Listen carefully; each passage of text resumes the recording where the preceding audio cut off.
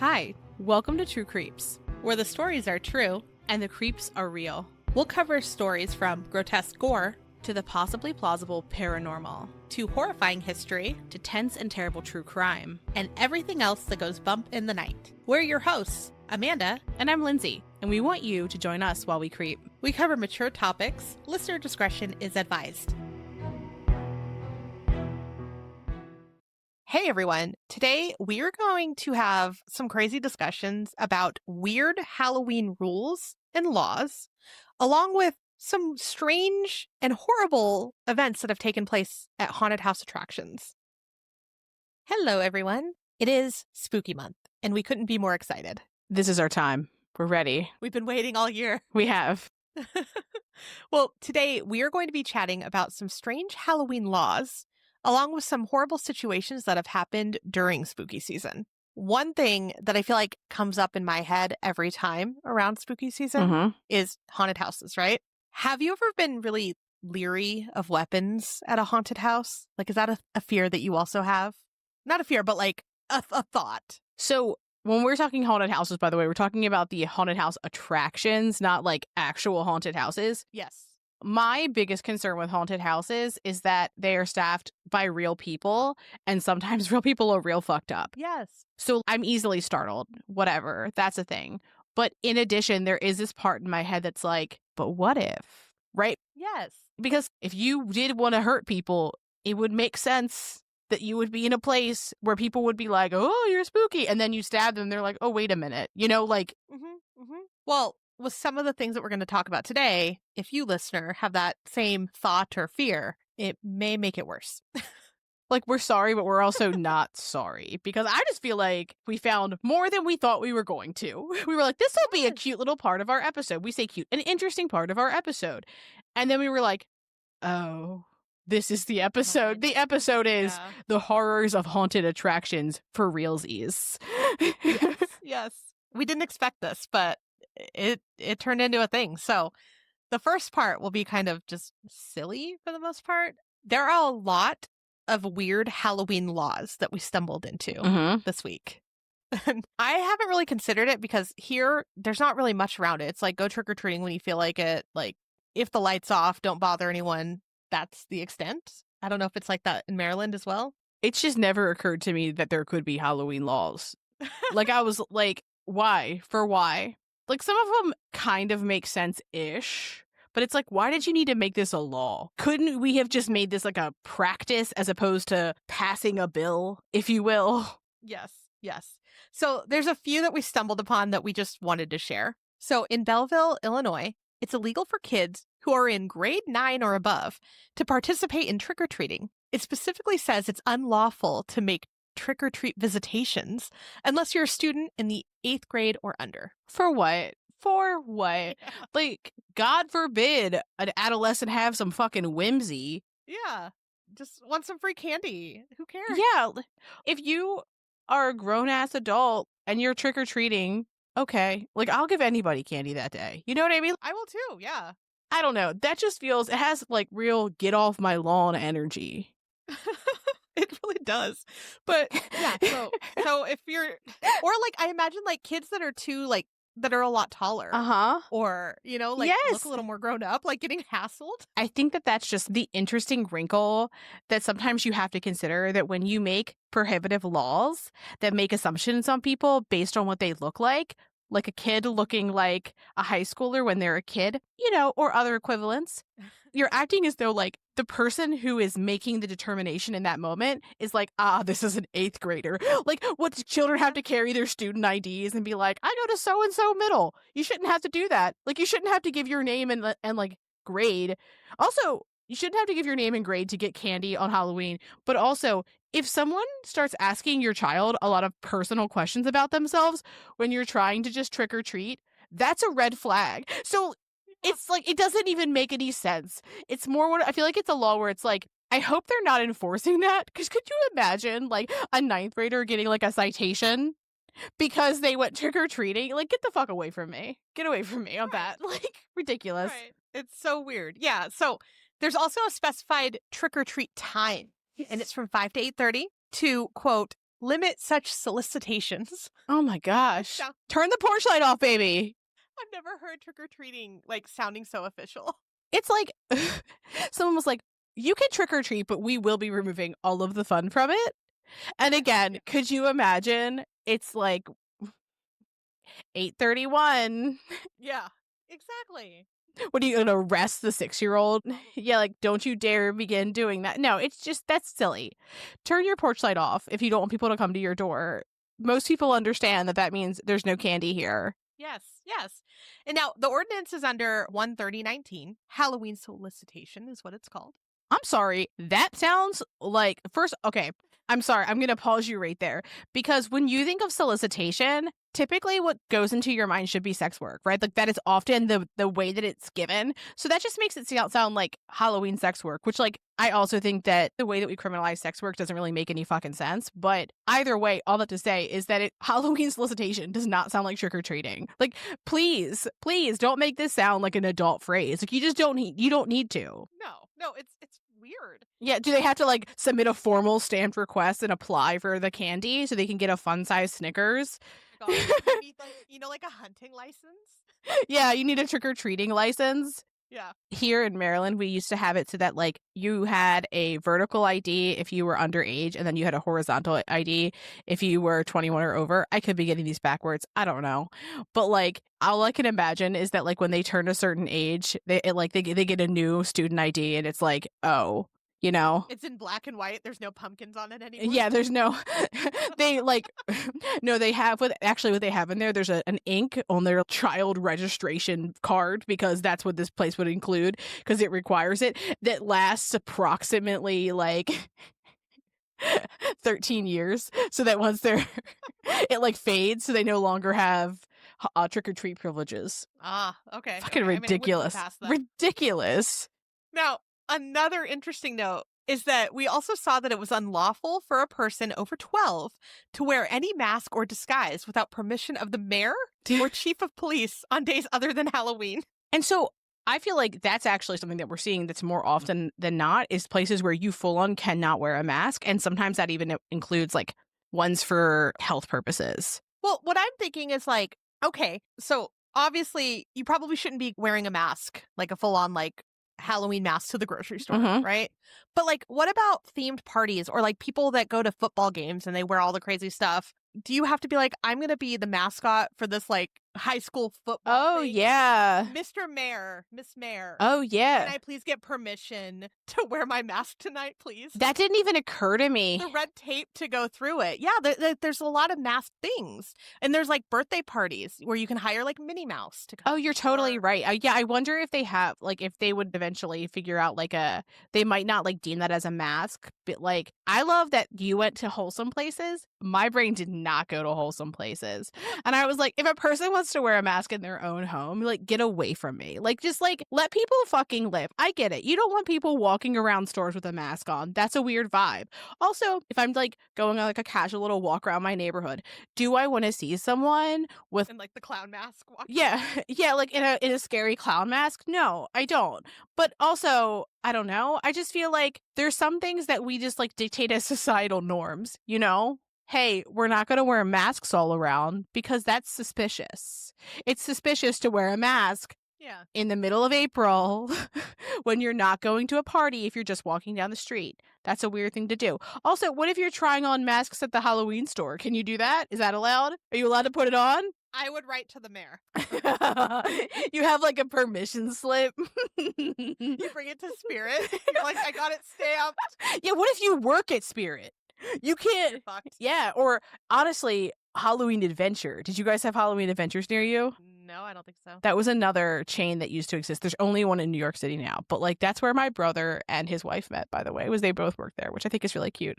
But we could spend the next 20 minutes just being like, here are reasons why you might be wearing a mask, why it would like make sense for you to be doing that. What if you're fencing? Yeah. Can you fence? Can you not fence in that area? I don't think without mayor. Sheriff permission. Also, I just love the idea that my brain went to fencing like I've ever done that. You know? Or sorry, chief of police. Chief of But police. Yeah. Don't get it fucking twisted, Amanda. You don't want to get your application wrong. You got to have a license to trick or treat. You know how much longer it would take for me to be able to wear my mask if I sent it to the wrong person? I took a sip of my tea. It was a mistake. I almost spit at my computer. I just want to know, if I was a person who lived in this jurisdiction and these were the type of laws that were getting passed, I would be so fucking annoyed, because at any given moment, there is actual real shit that should be being reviewed by our government. And when we're dictating hey, if you're in 8th grade, you can't trick or treat, get the fuck away from me. Just kindly get the fuck away from me. Yes. Also, it was passed in 2008. This isn't an old law. This isn't just old fuddy-duddy fucking people. This was in the 2000s. I had to send her the link to it again, because I was just look at it the way it's written. Even it's so official, and you're like, can we not? Oh, and they're like, hey, even if you're homeschooled, you the grade fucking counts. I like how they were like, no, we don't want any of these old homeschool kids going through the loophole. But so get permission if you live in this area. I want to see these requests. How do you ask for the request? I need to know. If you live there, let me know. I just need you to know. Okay, I'm not going to go through all these, but when I Googled weird laws in Belleville, Illinois, some of the things that popped up, again, we're not going to fact check it because this is happening truly mid-episode, but you're not... I'm so sorry. I can't even say it. You're not... It's illegal to allow your pet to smoke. Well, fuck. What is my dog gonna do now? She's a chain smoker. Yeah, she's stressed. What's she gonna do after a hard day? It's also illegal to possess aquatic life whose value exceeds $600.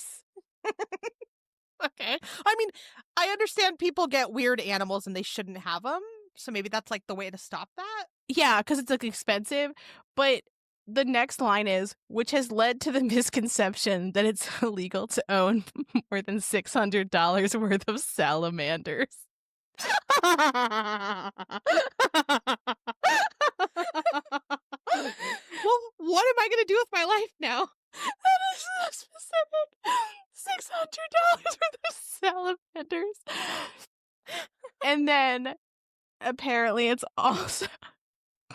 This is just in Illinois generally. It's illegal to make faces at dogs. I am legitimately crying. I can't. Oh. The dogs got really upset, okay? I am truly just weeping at the idea of this. You also can't remove the idea of homing pigeons. You have to have a permit for a garage sale. It's $5 to get that permit. Oh, no. You can't, in another jurisdiction, Illinois, you can't sing or whistle in the streets after 10 p.m. Fair. That's creepy. I mean, I don't disagree, but it's that's the most important thing. Ma'am, what were you arrested for tonight? I whistled past the music curfew. All that this all has the mayor in the town and Footloose energy, doesn't it? Yeah. The idea that there's times when we're this is annoying. Why is our government fucking policing this thing, right? But it's you're telling me this is these are the important issues. I can't get away. Amazing. But you can have $600 worth of salamanders, so that's good. Yeah.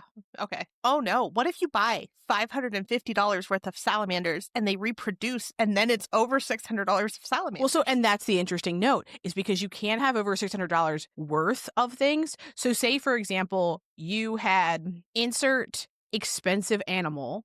That even doesn't even... Okay, it's aquatic, by the way. It's aquatic specifically. Because I was Yeah, they don't like aquatic animals there. Well, because at first I was okay, a lot of breeder dogs, they are more than $600, which is wild to me. Shouldn't they be focusing on that? I feel like that's more... Yeah, maybe you don't have puppy mills. But yeah, I guess... Is aquatic life relatively cheap typically? Say you have some very rare squid in your house, right? And you're you want to breed rare squids. If your squid gets pregnant and has babies, right? Say your $500 squid has $500 babies. How long can you keep those $500 babies in the house? I don't know. I don't know, maybe you have to turn them over. You have to turn them over to the mayor. They get confiscated. You're a fucking baby That's actually squid. the thing. The mayor's obsessed with aquatic animals, and that's their way of getting the aquatic He's actually, they're like a black market exotic aquatic animal dealer, and that's how they get them on. onto you. They sell them on whatnot. Yeah. They're gonna make a Labubu law so they can confiscate those next. Amazing. Okay. So overall, Illinois is not the place to celebrate Halloween or have a lot of aquatic animals, it seems. But you can have a lot of salamanders. You know, like that's okay. So a few years ago in Chesapeake, Virginia, they actually went viral for banning anyone who was older than 12 years old from trick-or-treating. Now, that original ordinance was passed in 1970, and it was like extra harsh because if you were too old to trick-or-treat, it's like, okay, I could see getting like a citation, right? Or like maybe even a fine. But again, we're talking about fucking typically children. But like, it was punishable by up to 6 months in jail. And like, can you imagine, like, what are you in for? Trick-or-treating as older than 12. Are you fucking kidding me? Like, I'm gonna send you to jail because you trick-or-treated. Get away from me. That's my phrase for today, is get away from me. So fortunately, it was not enforced, really. Now, in 2019, they were like, okay, we're going to be a little bit more easy breezy. They raised the trick-or-treating age limit to 14. And if you're over the age of 14, the ordinance states, if any person over the age of 14 years shall engage in the activity commonly known as trick-or-treat, he or she shall be guilty of a class 4 misdemeanor.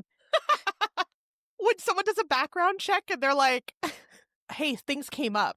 Juvenile stuff might not, but what if you're 18 and you went trick-or-treating? You're fucked. Oh, yeah. Or also, like, what if you're, like, applying to colleges and shit? Or, like, applying for a job? I don't know how that all... I'm honestly, I don't know how, like, juvenile criminal offenses work. But, like, for fucking real, we're going to treat that as a misdemeanor. Mm-hmm, mm-hmm. Now, you can be older than 14 and accompany a child to trick-or-treat. And then, don't... They're a little bit more strict on the time here, though, because you have to fucking wrap up that trick-or-treating by 8 p.m. Or, you guessed it, class 4 misdemeanor. Like, what? So you're telling me, like, a 6-year-old, again, who's, like, 801, comes up in their little, like, princess costume, like, ding dong, and they go to the wrong fucking house, and they got, like, a fucking cop there, and they're like... Little kid, you've got a fucking misdemeanor. Obviously, that's not how that works. We know that. But, like, the idea that you're going to give a misdemeanor to, like, a 10-year-old because they went trick-or-treating after 8 p.m.? Like, what? I thought of two things as you said it. One, because the way that we wrote it, you guessed it, class 4 misdemeanor. All I thought of is Parks and Rec, where he's like, straight to jail. Straight to jail. Yeah. Like, that kind of feels like, again, sometimes you can just tell that somebody got, like, a little bit annoyed and then just went too fucking hard, right? Like, they were just like, It was like, you didn't have to go. Like, you're telling me again that this is the thing that deserves the government attention in Chesapeake, Virginia, how old people are when they're trick-or-treating. Yes. But I also, in my mind, thought of them filming an episode of Cops. Oh my God. And they're like, tonight, what we're doing is we're looking for late-night trick-or-treaters. Amazing. 10 out of 10. 10 out of 10. And then...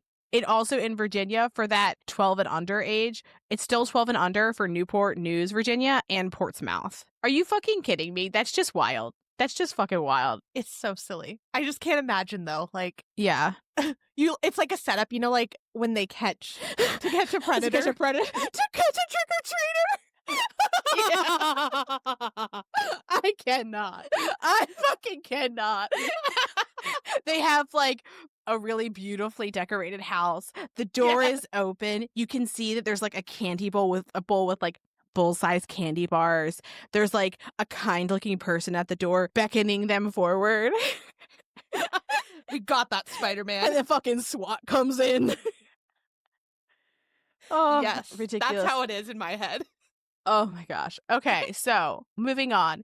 In the Los Angeles Municipal Code, there's an ordinance that prohibits anyone to possess, use, or sell silly string from 12 a.m. on October 31st to noon on November 1st. And if you violate this, you could receive a $1,000 fine. And obviously, your silly string would be confiscated. Not again. What a goofy. Not again.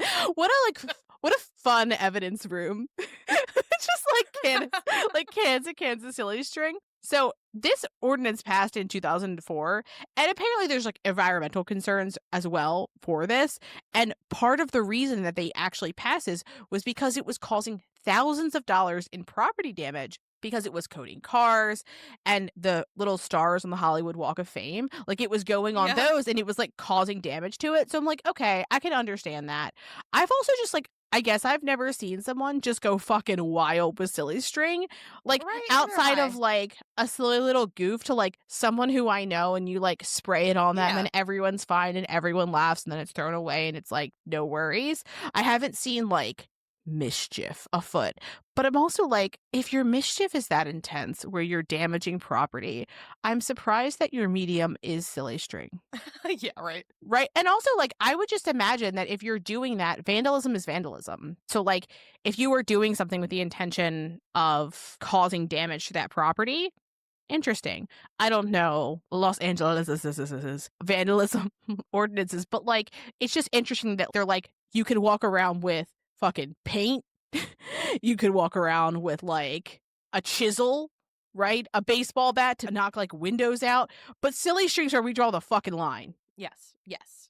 And then additionally, in the early 2000s, police said that Hollywood property owners had a $200,000 cleanup / recovery cost after Halloween. So people were like spraying that much fucking silly string. So apparently they had like a silly string problem. Which like I can it sucks. It's hilarious, but I'm also like fuck, man. Like I would never even consider that. Like at least this one there's like an actual reason that it was like causing damage. It wasn't just like we don't like fun and we think you better grow up. Get a fucking away from me. Here it's like, hey, you're causing like a lot of damage and it's expensive. Could you not? Please stop. Yeah, like please fucking not.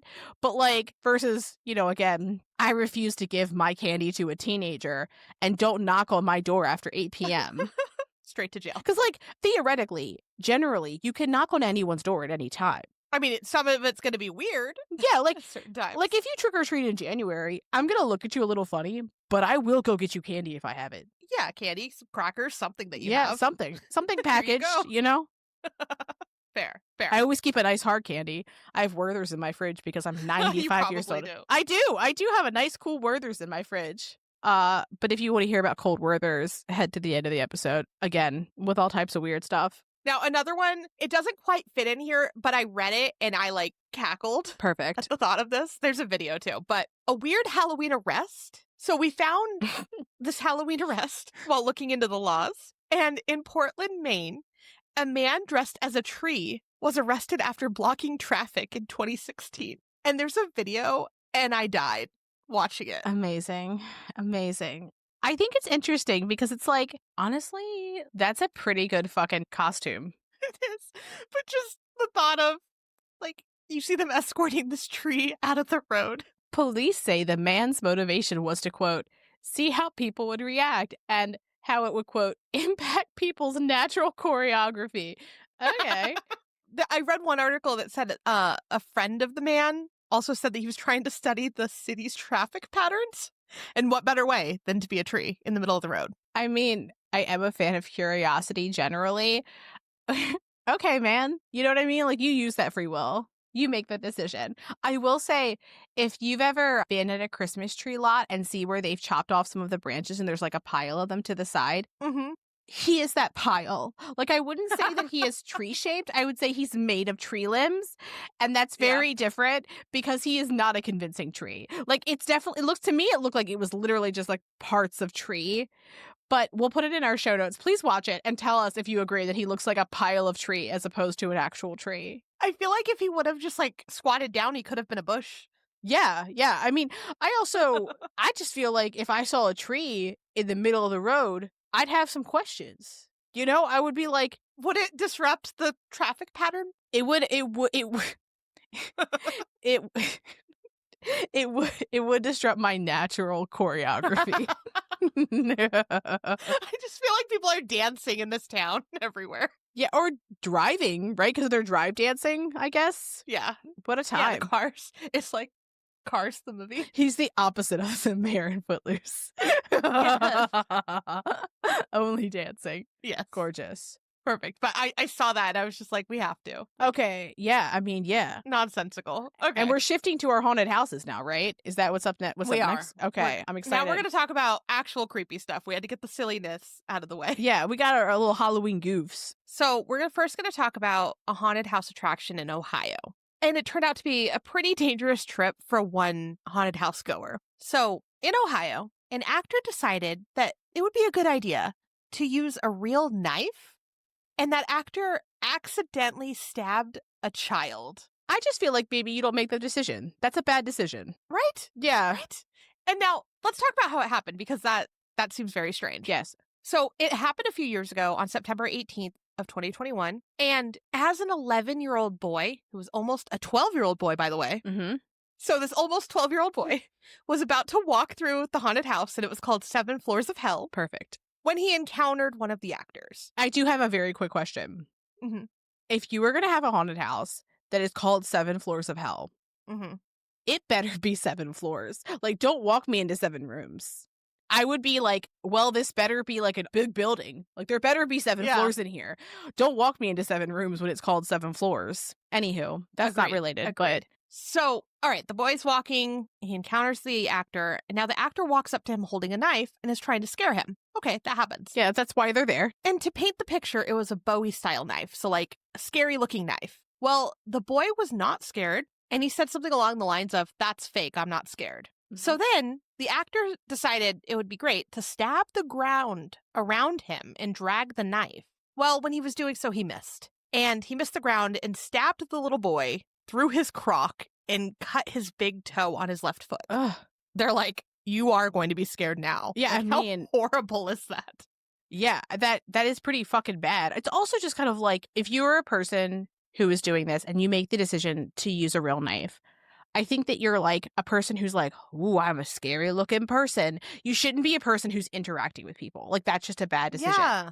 So the boy, luckily, he was okay, but he was taken immediately to the first aid area and they disinfected the cut, called his mom, all that fun stuff. The cut was about 1/3 of an inch long and they bandaged up the toe, but he did refuse further medical attention. So, like, it wasn't the worst, but, like, still, you're getting stabbed at a haunted house. That's not good. So luckily it wasn't too bad. And the mother and son ended up getting their tickets upgraded and were able to continue through the rest of the haunted house. So the rest of the 7 floors of hell, which, like, okay, a can-do attitude. That doesn't mean that, like, it likely wasn't so bad. So the scare actor was 22-year-old Christopher Pogozalski, and he was let go. And the police department, Lieutenant Tom Walker, said that the actor was charged with negligent assault. The president of Night Scream Entertainment, Rodney Geffert, who owns that haunted house, confirmed that it should have been a safe attraction and that was the actor's decision, right? Like, that was, like, they weren't like, we let them decide whether to use real or fake knives. They were like, no, like, we don't do that.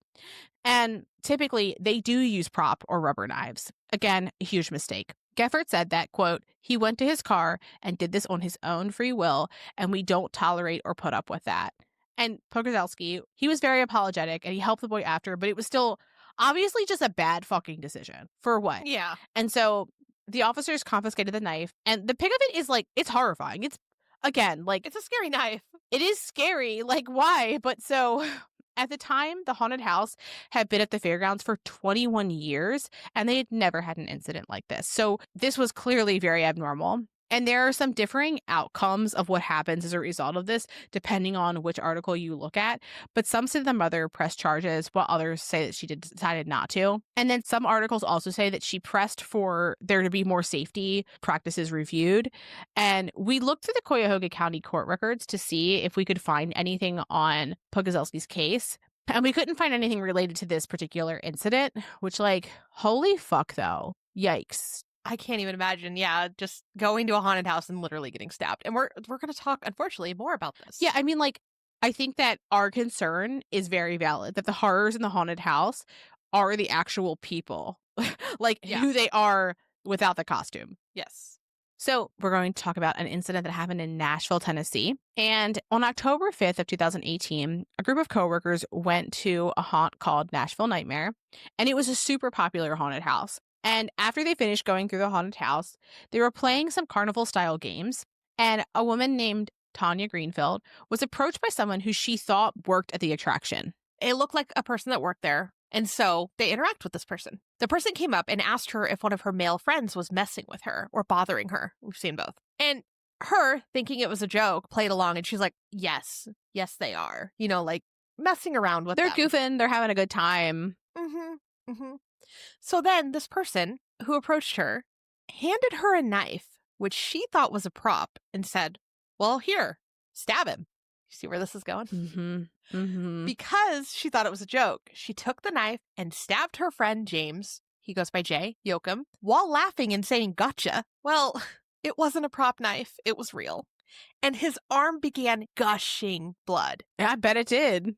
Could you imagine? Oh my gosh. I feel like you would feel it, but I guess like some props look No. so real and I just don't understand. I have never held a prop knife that wasn't light as fuck. Like, I have never held a prop knife that felt like an actual knife. They've even, like, really good ones, the ones that retract, they're hollow. Like, that's how it actually works. That's why it's lighter. It's also possible that, like, they're having a good time. Maybe they weren't completely sober, or, like, she was caught up in the moment and didn't consider it. But, like, Yeah. Terrifying. So she had stabbed her friend in the forearm. An ambulance had to be called. And the person who approached the group ran away after the incident.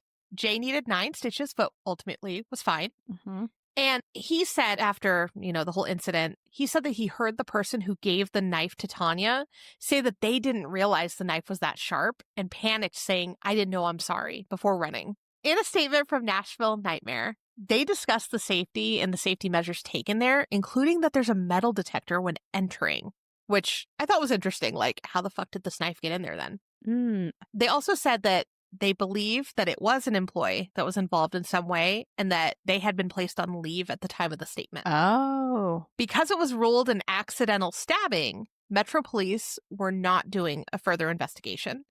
However, a personal injury lawyer in Nashville, Jeff Roberts, said that the victim had a strong case for compensation.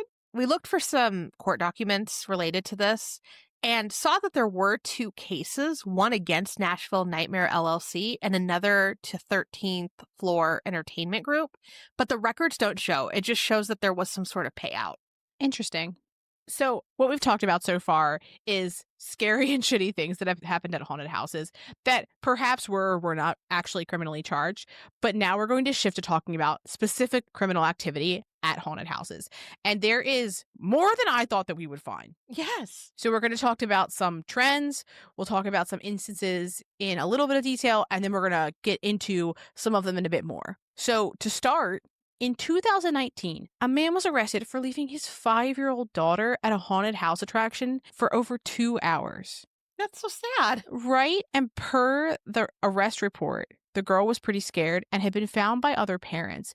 So from what it seems like she may have been left like in the actual haunted house itself or like right near it, where like she was like engaged in the scariness of it without having a parent. And I'm like, she was 5, that poor baby.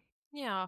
We also found over 20 separate instances where employees of haunted houses or the owners were arrested in relation to non-consensual sexual activities within the haunted houses, which I had never considered that. Like, I had never considered like that type of thing. No, I just figured there'd be like cameras everywhere and people Exactly. kind of like a movie theater in a sense. Like someone's watching or, I don't know, making sure everyone's safe. Weird. You're there to get like scared, but you're not there to get trauma, So we're not going to get into the cases themselves, but there are some trends that we noticed. There was a significant amount of victims who were children. That's sad. And some of the arrests were because there were sex offenders working at the haunted attractions. So I do think that as you're considering like whether a haunted attraction is for you, consider how long it's been there. I'd read reviews, especially when it comes to this kind of stuff, and consider whether or not you want to take kids there. Because in some of the situations, the range of horrors that were happening in terms of sexual assault, it began at groping, right? So like some people were like, I was just groped and didn't come forward until other people did. So like this would be happening for a long time and people were like, oh, it was an accident. They didn't mean to do it. And like it was happening more often than it was actually being reported, I believe. And like I can say that like I've been in haunted attractions where I was like touched in a way that was not okay, but I was like, oh, they just bumped into me. It wasn't that. I mistook this. And I wonder how often that in particular happens, where people are touched inappropriately and they're chalking it up to a mistake when it is absolutely not. Yeah. Horrifying. So far we've talked about terrible things happening because of scare actors mostly, but sometimes terrible things are happening to them as well. A drunk guest at the Wyandotte-Jaycees haunted house attacked employees when he was asked to leave, and he hadn't even gotten into the haunted house yet. Oh my gosh. He had been bothering other people in line, and that's why he was asked to leave.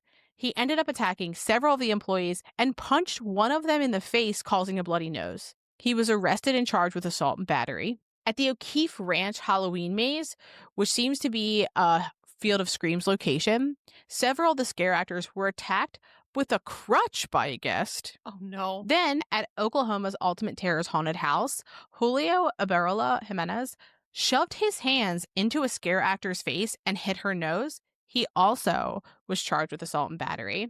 Then, in Utah, Angelo Dimitri Apodaca was arrested after he attacked a scare actor at the Nightmare on 13th Street attraction. He walked up to the scared actor and punched her in the face, and he laughed as he walked away and was later overheard saying that hitting her was funny. Get fucked, dude. Oh my gosh. Yeah. Apodaca was Asshole. charged with aggravated assault, which is a third-degree felony. Yeah, that's fucked. Yes. Then, in Pinellas County, Florida, Ingus Schusser was arrested after he hit the owner of a haunted house attraction in the eye with a toy gun. That sucks. Right? In the eye? Yeah. And at first you think like, oh, with a toy gun, how bad could it be? But it was bad enough. And because Amanda's going to explain to you why in a second. So the owner was dressed as a statue, but was not a scare actor. Now, Ingus hit him so hard with the toy gun's handle that the victim began to bleed under his eye. Afterwards, Ingus was apologetic and simply said that he thought the man was a statue while laughing. But why are you hitting anything there? I don't know. That's silly. Mm-hmm. So then, Ingus tried to flee from the attraction, but was stopped by the owner and he was arrested soon after. He was charged with aggravated battery and possession of a bulletproof vest in the commission of a felony. So, like, presumably that means that he's wearing a bulletproof vest at the time of this, like, instance. But, like, what the fuck are you doing? He just knew he was going to be a shithead and, like... Yeah. I don't know. Yeah, that's very strange. That's a weird one. Yeah. Now, this next one. The incident itself is not funny, but it's just so ridiculous that it's kind of humorous how ridiculous it is. Well, yeah, it's also, like, the headline of it is, like, what? Yes. Yeah. This caught my attention right away. The headline is... Karate expert breaks haunted house ghost jaw. Fuck. Yeah. So horrific for the person that happened to, but just the aftermath is just, you'll see why. So this incident took place in a haunted house in Japan and ended with a super weird lawsuit. So I think we've all known someone who just punches when they get scared, right? Like we talked about it in our Hammersmith episode 2, where they were trying to punch the ghost because they got scared. And like, I don't know if you have any friends that are like, I can't go to haunted houses because I'll punch them accidentally. I don't know. That's the thing. People punch when they get scared. Well, I also think like it's fair to like, look, man, I don't know the lives people have lived. If when you feel attacked in a startled manner, you're like, oh, I'm going to punch. There's times that I'm like, if you're startled because someone walks into a room, you gotta lock that down. You can't start punching people because they're walking into rooms because you're easily startled.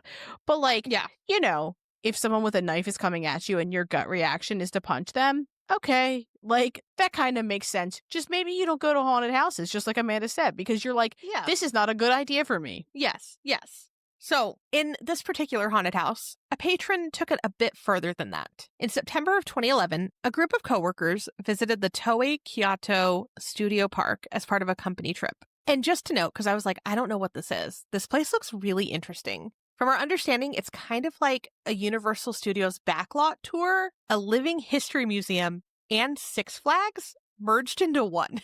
That's a lot, but yeah. It's a lot. It looks really cool. And its theme is the Edo period Japan, roughly like 1600s to mid 1800s-ish.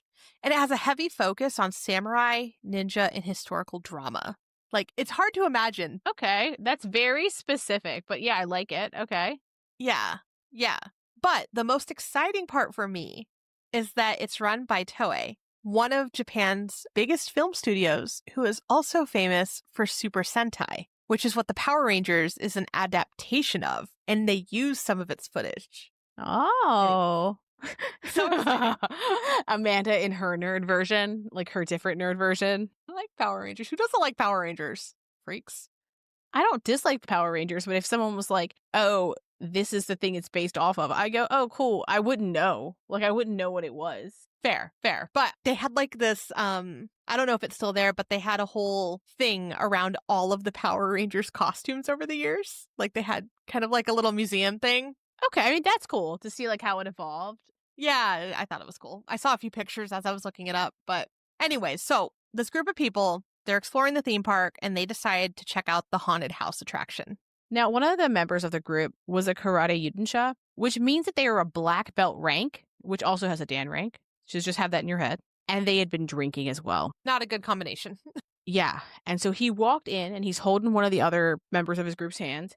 And we weren't sure whether it was affectionate or like to steady themselves because they were nervous.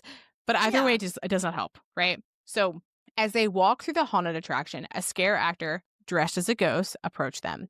And as soon as they did, the unnamed karate pro kicked the park employee in the face so hard he broke his fucking jaw. That's fucking hard. Yeah. And so, not surprisingly, a lawsuit followed, and the ghost was seeking compensation.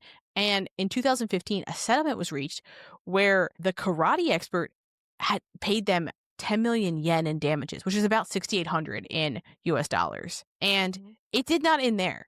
The man then decided to file his own lawsuit against the theme park's managing company, saying that they were also responsible for the incident and should have a share of the financial burden that he had to pay. And his claims were the following. 1, there was no partition or physical barrier between the ghosts and the visitors. The park didn't train its employees to avoid attacks from the customers. I cackled writing that because all I thought of is like, I read that in Dwight Schrute's voice. Yeah, like you should be ready at all times for an attack. So he stays ready. Yeah, he's always talking about how the office isn't ready for attacks. And like, what? Yeah. So then he also included that the park failed to adequately inform customers that the haunted house contained human workers who acted as ghosts. Oh, he thought they could be real ghosts? Yeah, it's like, do you think you were going to kick a real ghost in the chaw? But anyway, so he also alleged the park shouldn't have even let the karate expert into the haunted house because he had been drinking. I do just want to point out, though, that in all of these things, what I'm not hearing is a workman's comp claim, because all of this, it feels a bit of a stretch. Obviously, I do not know Japanese civil law, but in the US, right? Like if you were hurt while you were doing your job and you're not like fucking around, sometimes even if you are fucking around, but if you get hurt as a result of your job, like you can get some compensation based on that.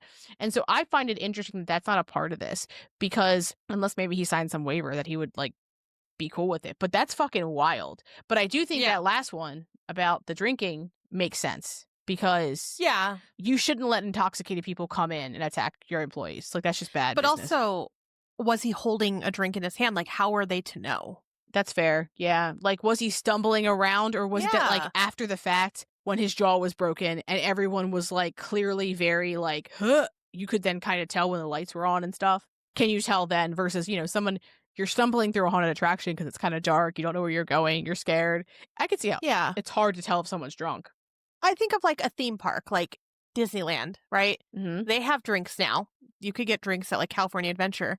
I wouldn't have been like, oh, that person's drunk, they shouldn't go on this ride. This one's fine, though. You know, like, they're all just waiting in line and, like, being shuffled in, that it would be hard to tell if he was acting appropriately. So for Universal, their Halloween Horror Nights, the last time we were there, I will go to haunted attractions, but I do not enjoy them. I'm like, I've had enough trauma in my life. I just don't want someone to scare me on accident. I don't like enjoy feeling scared by a stranger. You know, like, that's just not fun for me. Yeah.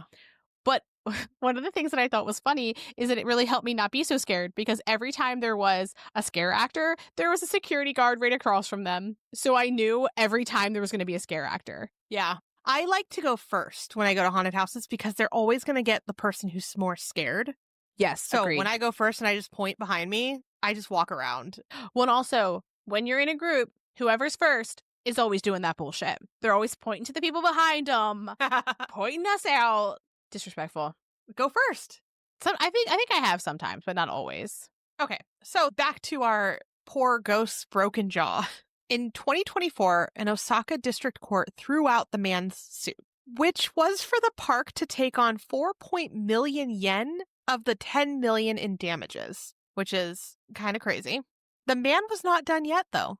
He appealed and upped his request for the park to now cover 7 million. Okay. He's relentless. A few months later, the High Court ruled again in the park's favor and said that there was no need to fight back as the ghost was not attacking customers. Also, the kick went, quote, beyond the scope of reflexive action taken out of sheer fear. I mean, I think that that's fair. It's also interesting that when you're thinking of somebody who is a trained fighter, so, okay, you're a person who is not like classically trained to fight, right? You punch someone in the face, they die. You likely like fuck, right? You probably weren't like, this could happen. You're a person who is a heavily skilled fighter. That's actually your job. You punch someone in the face, they die. There's a difference, right? Like there's a difference in the expected outcome of that moment, right? Like in one of those situations, you're like, I punched them once. I really did not think that would happen, right? Like we were fighting versus you hit somebody as a skilled person, right? And I think that really is like the difference here is that this wasn't just like a random person kicking someone. And also, if I was a scare actor, I would imagine like I would generally be aware that people might throw a punch, right? Like just out of fright. But like a kick, there's kind of like no way to break that because if it was hard enough to break his jaw, I think if he like tried to block with his hands, he may have ended up breaking his arm. Yeah, that's true. If you're kicking that hard, you're kicking that hard.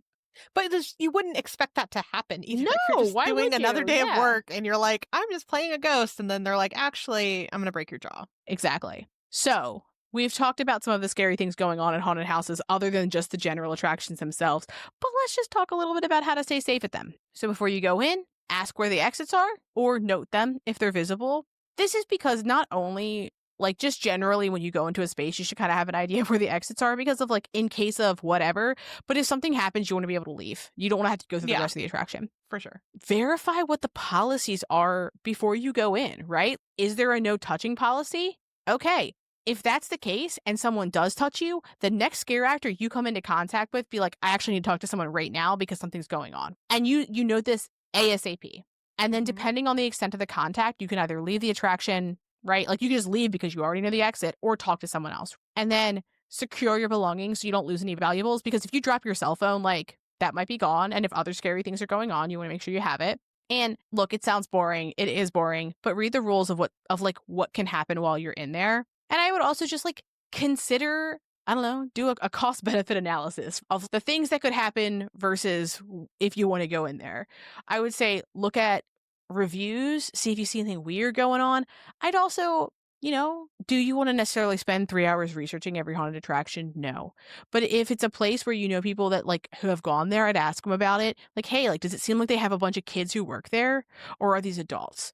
Because typically like places that hire children, right? No worries, right? Like if a teenager wants to get a job somewhere, okay, great. Love that for them.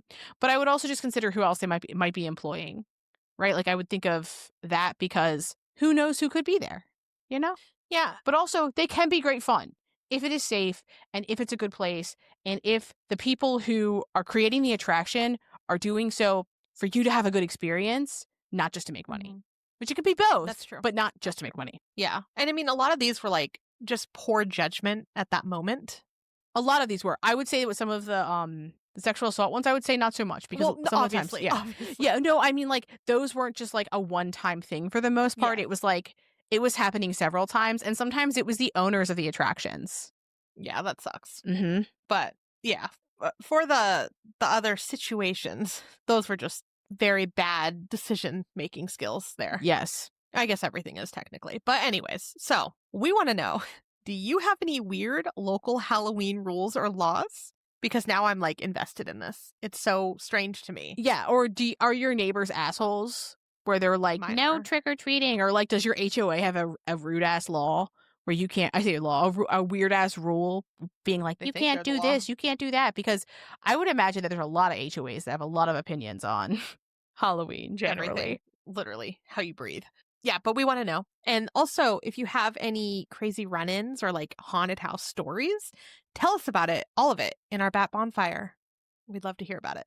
Yeah, always. We always want to know everybody's stories. Yes, yes. It's also never too early to start sending us your scary stories for next year's Podiversary episode. That's true. Never. Yeah. We also really, really, really need to know what your Halloween plans are and what you're going to be, because it's so exciting to me. I love seeing everyone's costumes. I mean, I think the most important question is what's Oliver going to be this year? Oh. Because he's got like the weird ass things, and now they've got a 3D printer. Like, oh fuck, Amanda, you fucked. Oh fuck. But yeah, does he know what he wants to be yet? Yeah, he's decided last week he wants to be a modern TV. Like a flat screen? Yep. Okay, interesting. Yep. Because I was like, oh, a TV, no problem. Like, it's just a box. No, it's not. Theoretically, could he be the wall and then you mount a TV on him? Kind of, yeah. I'm trying to figure out the logistics, because last year he was a computer, Mm-hmm. and it got a little heavy throughout the night because it had computer parts in it, because it actually, like, all the parts ran. Okay, here's my pitch. Get a TV box, cut out some arms, and be like, go nuts, kid. Like, he's just a TV box. That's it. Right. I thought about that, but he won't fit in the TV box. It's going to have to be like on him, so I'll have to make some sort of harness again that's comfortable. Can you do like a sandwich board? A what? Like a there's a front and there's a back and then there's straps on the top. Yeah, you could, but I also need stuff. I need it to be sturdy enough so that I can make it light up or like look like a screen. The word need is very subjective here. Are you planning on dressing up? My kid, I don't know yet. I normally put so much into his costume that I get like I run out of time every year. I'm like, oh, I'm gonna do this after. But like, of course, it's my kid, and he's like the king of Halloween costume contests. Bizarre Halloween costumes too. Like he was like a bookshelf one year. He was an Alexa, like an actual Amazon Alexa. Yeah, that one was a good one. Yeah, he wanted to be not just a computer; he wanted to be his computer last year. Amazing. I love it. I'm so I'm always curious about I'm like, well, what does Ollie want to be this year? Because Amanda typically like he's like, I want to be this, and she's like, heard, and then she like rocks it. She's like a Project Runway challenge. She's like, got it. I'm on it. Like, heard, will do. Yeah, he was what was it? Was it 2 years ago? 2 years ago. He was a fridge. Mm-hmm. Yeah, and he needed it to open and have contents and light up like a normal fridge. Damn. But it was very cute because the dogs were chefs. Oh, okay. I mean, 10 out of 10. Adorable. And he's very excited. We're hoping that Potato is cleared for activity so that he could go trick-or-treating too. Oh my gosh. Okay, so you could have one of them be like a remote control and another like a bowl of popcorn. Yeah, I like that. That's cute. Yeah. I need to figure it out. I need to see. Normally I'm already like halfway done with this costume and I haven't even started yet. So we'll see. Yeah. You've got some time. What are now. you guys going to be? So I'll never say what we are before the actual Halloween because my brother has a Halloween costume contest at his party each year. Yeah. But I think that a lot of people this year are going to be Gladys. I think a lot of people are going to be Gladys this year. I think a lot of kids are going to be the K-pop Demon Hunter. Oh, yeah. We're going to see a lot of that. I hope I see a lot of the tiger as well and the magpie. I mean, you could always be a TV.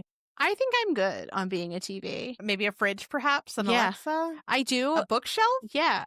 Although people were getting really weird with the bookshelf and they're like, is he a one-night stand? And I'm like, ew, he's a child, no. You sicko. Yeah. I'm like, he's a fucking bookshelf, obviously. Yeah, like, obviously he's a bookshelf, you absolute fucking nightmare. Like, why would you say that? If he was an adult, it's one thing, but, like, as a child, I don't like that. Yeah. I don't like that. Yeah, it was weird. Yeah. Fucking freaks.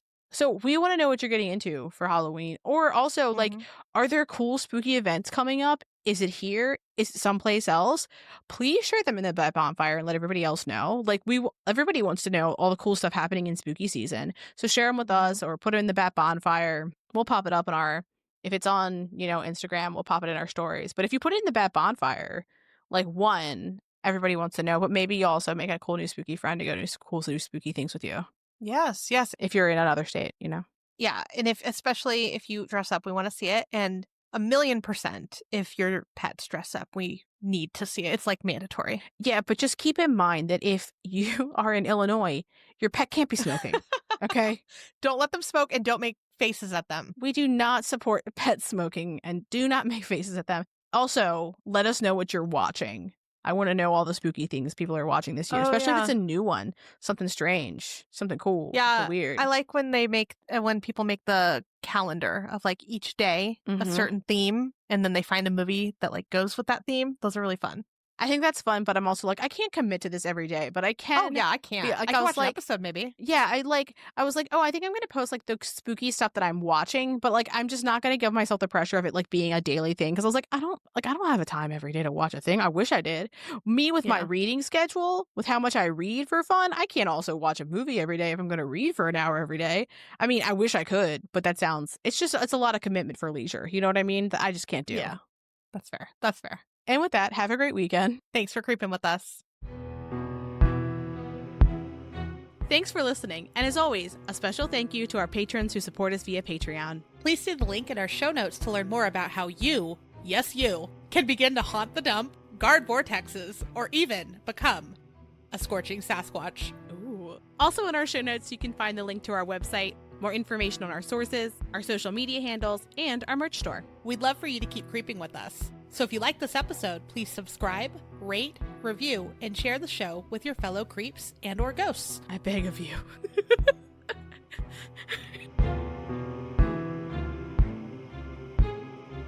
Look, Amanda, I've decided we're going to put this at the end of the episode, but Okay. sorry. Up until 2020, it was illegal to curse, and like it actually ended up like getting overturned. Like they like Yeah. undid the law, if you will, because it was like, are you fucking kidding me? But like Straight to jail. straight to fucking jail. Animals couldn't be hunted on Sundays except for raccoons. Oh, God, what does the raccoon do? Like Okay. before the recent amendment, so